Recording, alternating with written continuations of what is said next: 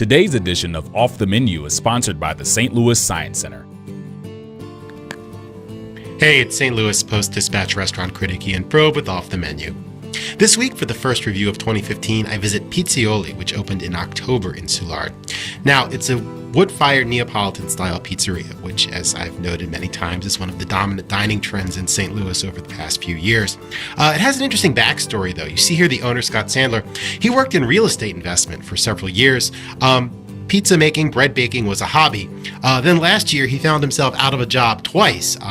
A new firm he was going to create fell through, and then another real estate investment job didn't work out. So he decided to go for it and follow his dream and open a Neapolitan pizzeria. He opened, as I said, in October. It's a tiny restaurant, but the pizzas are delicious.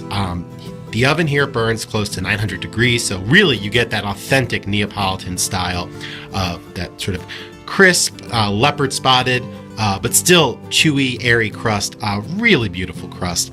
Now, Scott is a vegetarian, and that's reflected on the menu here. There is no meat. There are a couple pizzas with meat substitutes, one with sort of vegan sausage, which, won't fool any meat eater, but is actually pretty tasty.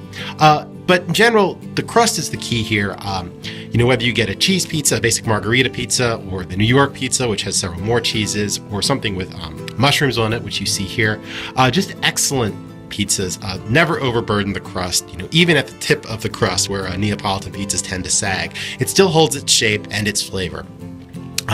It's a really nice restaurant.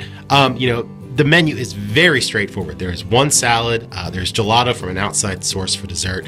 It's really about the pizzas. They're all affordably priced. They're all about in the $10 to $12 range. Craft beer on tap, brief wine list, very straightforward, very enjoyable, definitely worth checking out.